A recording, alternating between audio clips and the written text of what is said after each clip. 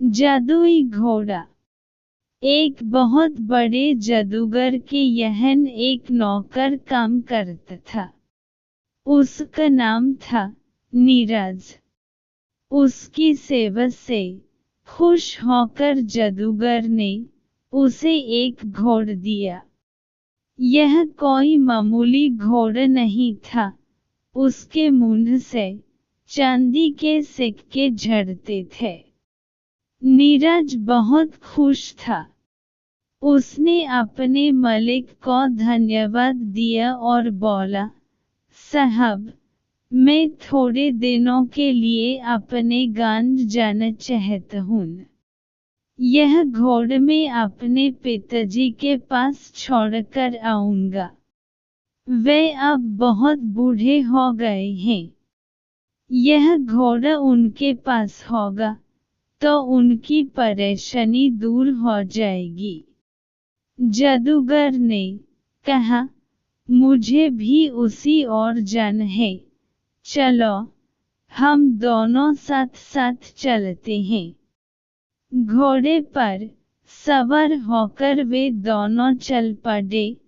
रात होने वाली थी। वे एक शहर से होकर गुजर रहे थे। उन्होंने तय किया कि वे रात को वहीं रुकेंगे और सुबह आगे जाएंगे। उन्होंने एक सराय में 2 अलग अलग कमरे ले लिए। सराय के मालिक को जब पता चला कि उसके यहन एक जादूगर आया है, तो वह बहुत खुश हुआ। उसने जादूगर की खूब सेवा की। लालची मालिक ने सोचा कि जादूगर खुश होकर उसे खूब सारे पैसे दे जाएगा।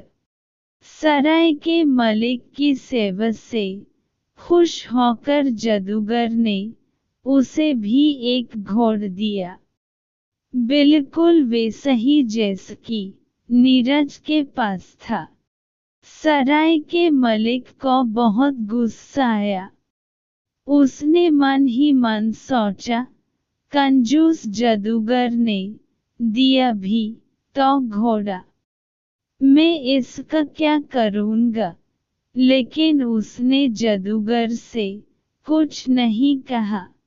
सुबह को जब वे जाने लगे तो नीरज के पास सराय के मालिक को देने के लिए पैसे थोड़े कम पड़ गए। उसने सराय के मालिक से कहा, 1 मिनट ठहरिए, मैं अभी आता हूँ। ऐसा कहकर वह सराय के बाहर बने अस्तबल में पहुंचा। वहीं पर उसका घोड़ा बंधा हुआ था। उसने घोड़े के मुंह से थोड़े से चांदी के सिक्के निकले और वापस आ गया। सराय का मालिक नीरज का पीछा कर रहा था। उसने जब जादुई घोड़े को देखा तो उसे लालच आ गया। उसने नीरज के घोड़े को अपने घोड़े से बदल दिया। नीरज को घोड़ों का अंतर पता नहीं चला। वह चुपचाप अपने घोड़े को लेकर अपने घर आ गया। जादूगर साहब भी अपने काम से आगे चले गए। घर पहुंचकर नीरज ने अपने पिताजी को खुश होकर जादुई घोड़े के बारे में बताया।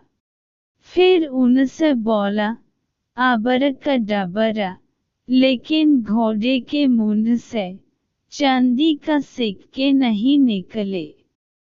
नीरज को बेहद आश्चर्य हुआ, क्योंकि घोड़े के मुंह से चांदी की जगह सोने के सिक्के गिरने लगे।